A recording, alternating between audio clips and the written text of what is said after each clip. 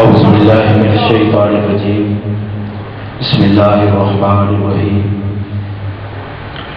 الحمد للہ الذی ہدانا لہذا وما كنا لنهتدی لولا ان هدانا اللہ لقد جاءت رسل ربنا بالحق والصلاة والسلام علی الحسین وعلى آباء الحسین وعلى اجداد الحسین وعلى اولاد الحسین وعلى اصحاب الحسین ولعنۃ اللہ علی اعداء الحسین اما بعد قال رسول اللہ صلی اللہ علیہ وآلہ وسلم انی تارک فیکم الثقلین کتاب اللہ و عترتی اہل بیتی ما تمسکتم بہما لن تضلوا بعدی وانہما لا یفترقان حتی یرد علی الحوض صدق رسول اللہ صلی اللہ علیہ وآلہ وسلم باواز بلند صلوات۔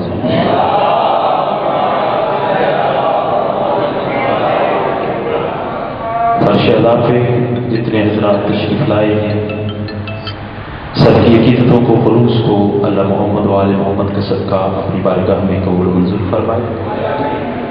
جو لوگ مومن کہیں بھی کوئی بیمار ہے الہ العالمین تجھے واسطہ جناب مولا سجاد کی بیماری کا اسے شفائی کلی عطا فرما۔ بانیان کا پرخلوص فرش ادا اللہ محمد و آل محمد کے صدقہ اپنی بارگاہ میں قبول و منظور فرما۔ توجہ ہے سرکار فرمانے مصطفیٰ صلی اللہ علیہ وآلہ وسلم آپ کے سامنے پڑھنے کا شرف حاصل کیا ہے۔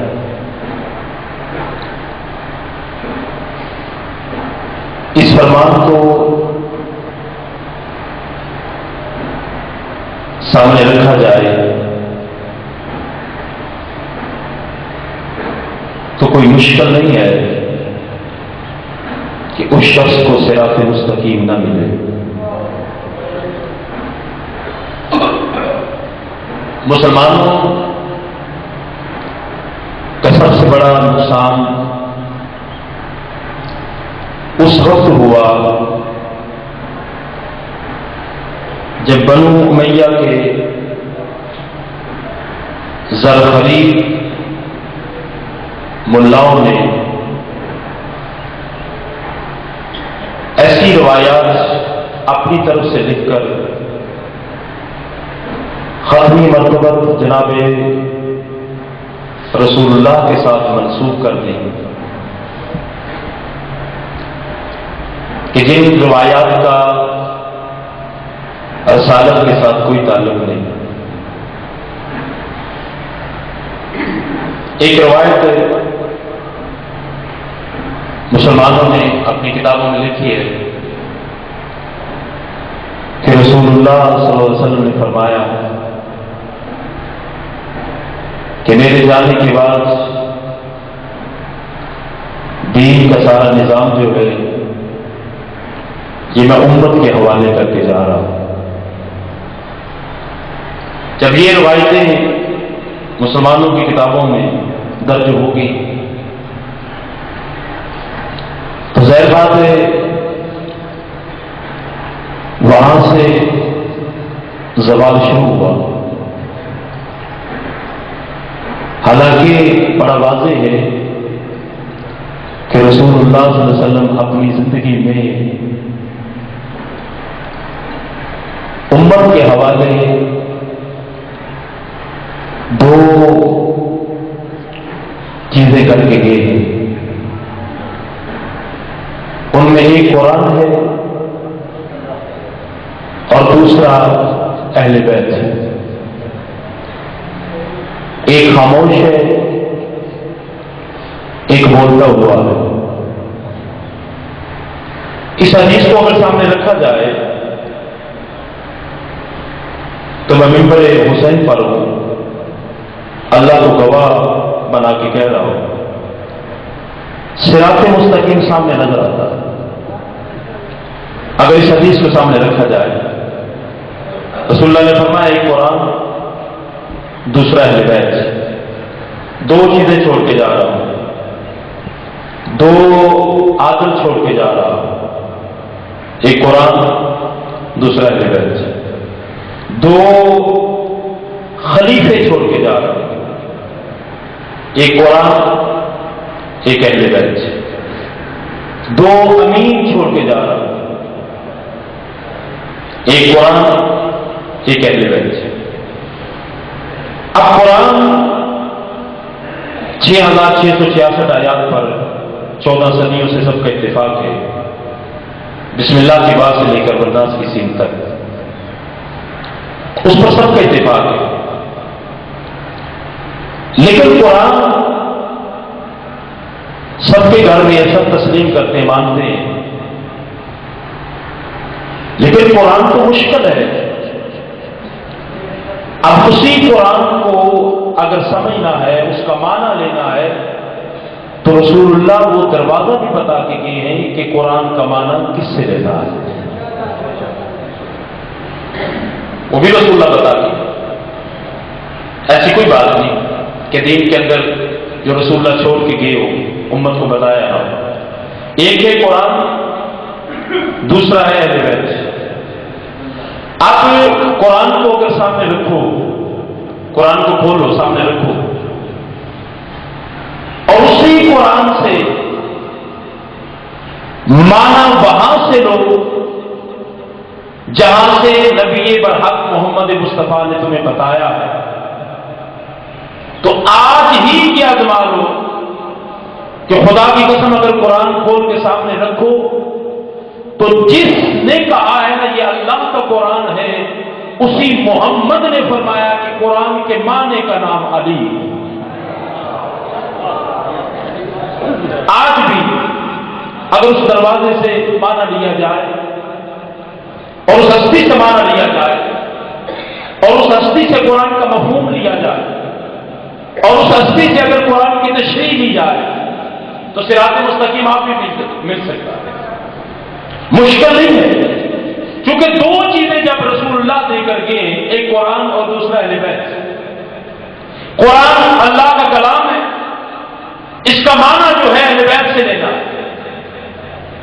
اب پرابلم یہ کھڑی ہوگی، اندازہ کریں کہ روایات کے اندر اتنی جھنجھل ہو گئی، مسلمان اتنے پریشان ہو گئے، اتنی روایات گڑی گئی، اتنی روایات گڑی گئی کہ خود مسلمانوں کی کتابوں کے اندر ہے۔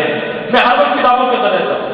ایک مسلمان بھائیوں کے بہت بڑے فقہ کے امام، ان کا نام ہے امام مالک۔ توجہ فرمائیں، کیا نام ہے ان کا؟ امام مالک۔ امام مالک وہ ہے کہ جن کو 3 لاکھ رسول اللہ کی حدیثیں یاد۔ کتنی؟ 3 لاکھ۔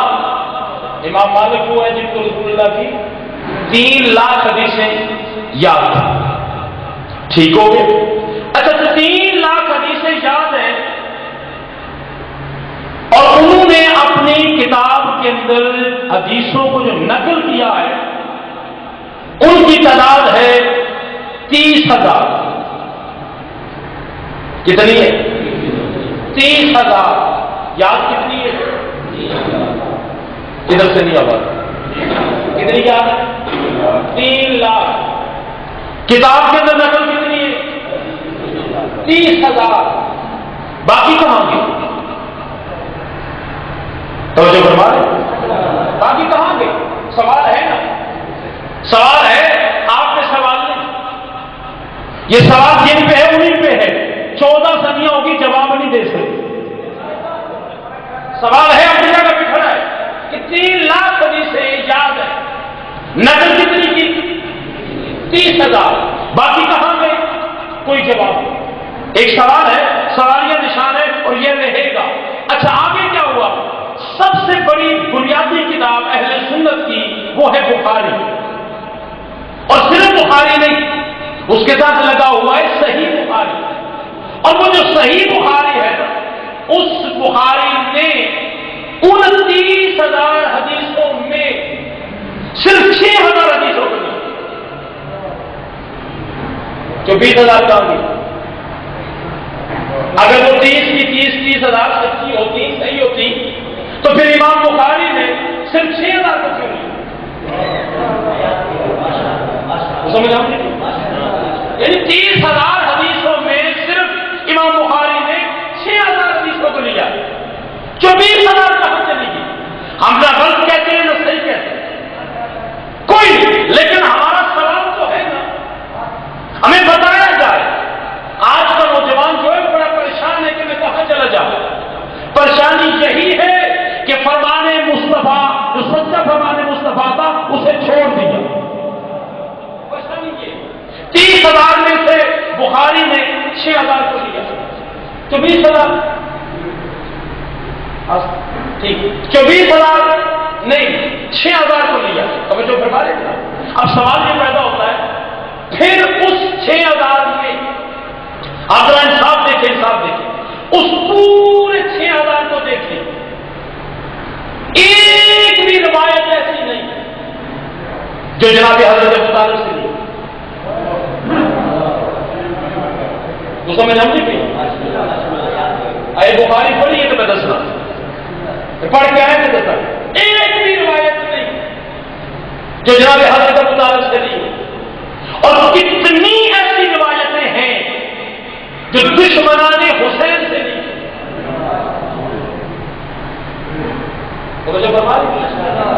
مسلمان یعنی اسلام کے ساتھ مسلمانوں علماء نے وہ جو زر خرید تھے انہوں نے کتنا نقصان پہنچایا، کہ ایک بھی روایت ایسی نہیں جو جناب حضرت ابو طالب سے نہیں ہو۔ پھر کتابوں میں لکھا ہے کہ جناب رسول پاک کو پالا جناب حضرت ابو طالب، تو اس کا مقصد ہے کہ جب پالا ہے تو بات نہیں، بات تو ہوئی ہے۔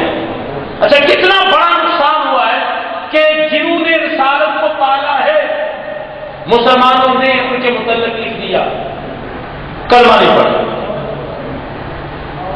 کافر،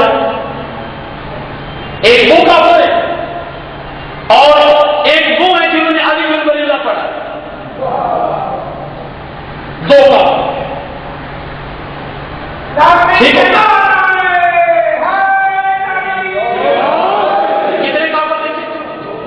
ایک وہ کافر جنہوں نے رسول کو پالا، وہ کافر، دوسرے وہ کافر جنہوں نے علی بن ولی اللہ پڑھا، دو کافر ہوئے۔ پھر مسلمانوں نے یہ کیا کہ دو مسلمان لکھے، ایک جناب ابو سفیان اور ایک یزید، ان دونوں کو مسلمان لکھا، جناب ابو طالب کو کافر لکھا، اور جناب ابو طالب کو ماننے والے کو بھی کافر لکھا۔ اب جب سامنے رکھنا، دو کافر ہیں، دو مسلمان ہیں۔ مسلمانوں نے جو دو کافر لکھے، ایک وہ ہے جس نے رسول کو پالا ہے، اور ایک وہ ہے جو آج تک اور قیامت تک اہل بیت کے ساتھ محبت کر رہے ہیں۔ ایک طرف یہ ہے، اور ایک طرف یہ ہے کہ جس نے رسالت کے ساتھ جھگڑا کیا اس کو مسلمانوں نے مسلمان لکھا، اور ایک وہ ہے جس نے رسول اللہ کے نواسے کو مارا، اس کے ساتھ مسلمانوں نے مسلمان لکھا۔ یہ انصاف ہو رہا ہے، تاریخ کو سامنے ذرا رکھیں، سامنے رکھ کے بات کریں۔ اور رسول اللہ نے اسی لیے فرمایا تھا کہ میں تمہارے درمیان دو وزنی چیزیں چھوڑ کے جا رہا ہوں، ایک ہے اللہ کا قرآن، دوسرا ہے میری اہل بیت۔ قرآن کو سامنے رکھنا اور قرآن کا معنی جو ہے وہ اہل بیت سے لینا۔ اگر اہل بیت سے معنی لو گے تو تم گمراہ نہیں ہو۔ اب اس کی میں دلیل دینے لگا ہوں۔ پہلا دور شروع ہوا ہے جناب امیر کائنات، جناب علی علیہ السلام کا دور ہوا۔ 12ویں کی غیبت، وہ غیبت میں 11 حجتیں، 11 امام کے حجت کے طور پر دنیا میں آئی۔ اب 11 کی 11 اماموں کا وقت دیکھ لیں آپ، لمحہ بھی ایسا بتائے کہ کوئی مسلمان ان کے دروازے پہ چل کے گیا ہو اور اس حجت نے کہا ہو کہ تمہیں میں کل بتاؤں یا تمہیں پوچھ کے بتاؤں، ایک کبھی بتا دو جناب علی سے لے کر جناب حسن عسکری تک 11 امام، پورے 11 اماموں کا پیریڈ آپ تاریخ تک دیکھیں، ایک امام نے بھی کہا ہو کہ میں پوچھ کے بتاؤں، اور ان 11 میں سے ایک امام کا بھی بتاؤ کہ کوئی چل کے کسی عالم کے پاس گیا، بلکہ کل کائنات جو ہے ان کے دروازے پہ آئے۔ اسی لیے رسول اللہ نے فرمایا کہ میں تمہارے درمیان 2 چیزیں چھوڑ کے جا رہا ہوں، ایک ہے اللہ کا قرآن، دوسرا ہے اہل بیت۔ ایک ہے اللہ کا قرآن، دوسرا ہے اہل بیت۔ اب قرآن سامنے رکھ کر مانا اہل بیت سے لو، جب تم مانا اہل بیت سے لوگے تو پھر تمہیں پتا چلے گا کہ اللہ تم سے کیا کہہ رہا ہے، اللہ تمہارے ساتھ کیا کلام کر رہا ہے، اللہ کا مقصد کیا ہے، تمہیں کیا بتانا چاہتا ہے۔ لیکن مانا کہاں سے لینا ہے؟ مانا لینا ہے اہل بیت سے۔ اچھا پھر آگے رسول اللہ نے کیا فرمایا؟ لا یفترقا وانہما لن یفترقا حتی یرد علی الحوض۔ فرمایا یہ 2 چیزیں سامنے رکھو، ایک قرآن ہے، دوسرا اہل بیت ہے۔ میں محمد گارنٹی دیتا ہوں، میں محمد ضمانت دیتا ہوں کہ تم گمراہ نہیں ہو، یعنی گمراہی سے بچانے کے لیے رسول اللہ نے امت میں 2 چیزیں چھوڑی، ایک ہے قرآن، دوسرا ہے اہل بیت۔ اگر گمراہی سے بچنا چاہتے ہو تو ان دونوں کے ساتھ لگ جاؤ، قرآن اور اہل بیت کے ساتھ۔ فرمایا یہ دونوں جدا نہیں ہوں گے، یہاں تک کہ حوض کوثر میں میرے سامنے آئیں گے تو دونوں اکٹھے آئیں گے، قرآن اور اہل بیت جدا نہیں۔ فرمایا دونوں اکٹھے ہیں، ہم وزن ہیں، برابر ہیں، عزت میں، منصب میں، مقام میں، رفت میں، فرمایا دونوں برابر ہیں۔ اب دونوں کو سامنے رکھو، ایک قرآن ہے ایک اہل بیت ہے، گمراہ نہیں ہو۔ اس کا مقصد ہے کہ دونوں سے جو ہٹا ہوا ہے وہ گمراہ ہے، جس نے صرف قرآن لیا اہل بیت کو چھوڑ دیا وہ بھی گمراہ ہے، جس نے صرف اہل بیت کو لیا قرآن کو چھوڑ دیا وہ بھی گمراہ ہے۔ فرمایا دونوں کو سامنے رکھو، ایک قرآن ہے ایک اہل بیت ہے، دونوں کا دامن پکڑو تو تم ہر چیز گمراہ نہیں ہوگے۔ اب سننا ذرا، رسالت مآب نے فرمایا میری اہل بیت، ایک ہے اہل بیت اور ایک ہے قرآن۔ کیا رسول اللہ اہل بیت میں شامل ہے؟ انہیں تعریف ٹھیک و مستقر ہے کتاب اللہ و ترقی اہل بیت بائی تمسک بالمال الباد۔ کیا رسول اللہ اہل بیت میں شامل ہے؟ حدیث کتاب میں کیا پڑھتے ہیں کہ جب فرشتے نے آگے پوچھا تھا کہ اس چادر کے نیچے کون ہے، توجہ فرما رہے ہیں، میں کو بامقصد باتیں کرتا ہوں، فضول باتیں نہیں کرتا۔ جب فرشتے نے آگے پوچھا تھا کہ چادر کے نیچے کون تو کیا فرمایا؟ رسول اللہ نے کیا فرمایا؟ ہم فاطمہ، یہ فاطمہ وابوہا وبالوہا وبنوہا، فاطمہ کا باپ، فاطمہ کا شوہر، فاطمہ کے بیٹے۔ یہ بھی تو رسول اللہ کہہ سکتے تھے کہ فاطمہ میری بیٹی، محمد کی بیٹی، یہ بھی تو کہہ سکتے تھے۔ فرمایا نہیں، فاطمہ کا باپ، یعنی رسول کا بھی تعارف ہوا تو فاطمہ کے ذریعے، علی کا تعارف ہوا تو فاطمہ کے ذریعے، حسن اور حسین کا تعارف ہوا تو فاطمہ کے ذریعے، مرکز جو ہے وہ فاطمہ کو رکھا۔ اب مجھے ایمان سے بتاؤ، جب رسول یہ بتا رہے تھے کہ ہم فاطمہ وابوہا وبالوہا وبنوہا، تو کیا اس میں رسول شامل ہے یا نہیں؟ رسول شامل ہے۔ تو جب رسول اہل بیت میں شامل ہے تو اب اہل بیت سے محبت، رسول سے محبت، اہل بیت سے محبت، رسول سے محبت ہے، اور اہل بیت سے دشمن، رسول سے دشمن، اہل بیت سے دشمن، رسول سے دشمن، اہل بیت سے محبت، رسول سے محبت ہے، اور اہل بیت سے دشمنی، رسول سے دشمنی ہے۔ خدا کی عزت کی قسم اٹھا کے کہہ رہا ہوں، اتنا مارا ہے مسلمانوں نے علی کی بیٹیوں کو، جناب فضا مدینے میں عورتوں کے ہاتھ پکڑ پکڑ کر کہتی تھی مان جاؤ یہی زینب ہے. یہی حق بنتا تھا، یہی حج رسالت تھا جس کے لیے نبیوں کے سردار محمد مصطفیٰ استقبال کے لیے کھڑے ہوتے تھے. رسالت جس کے احترام میں کھڑی ہوتی تھی اور جس دروازے پہ جا کر نبیوں کے نبی محمد مصطفیٰ سلام بھیجا کرتے تھے، اسی دروازے پر مسلمان لکڑیاں لے کر آتے. اتنی اذیتیں دی کہ جناب علی جو ہے نا بیٹوں کو بلاتے، جناب حسن کو بلاتے، جناب حسین کو بلاتے اور بلا کے کہتے چھپ چھپ کے روتے ہو، کوئی وجہ تو بتاؤ کیا وجہ ہے. ایک دن جناب حسن آئے دوڑتے ہوئے اپنے بابا کے پاس اور آ کے کہتے ہیں بابا بڑی دیر ہوگی ہم نے مسائل چھپایا ہے، آج ہم سے رہا نہیں گیا، ہم بتانا چاہتے ہیں. علی فرماتے ہیں حسن بیٹا بتاؤ. کہ بابا ہم نے کتنی راتیں ہو گئی ہم نے چھپ چھپ کے دیکھا ہے، جب ہماری ماں مصلی پہ عبادت کے لیے کھڑی ہوتی ہے تو ہماری ماں جو ہے دعائے قنوت کے لیے ہاتھ نہیں بلند کر سکتی. وہی محمد کی بیٹی اپنے بابا محمد کی قبر کی طرف چہرہ کر کے کہتی رہی بابا تیرے جانے کے بعد مسلمانوں نے مجھے اتنا مارا ہے، مسلمانوں نے اتنی مصیبتیں ڈائی ہیں، اگر دن پہ آتی تو راتیں بن جاتی. اجرکم علی اللہ وسیع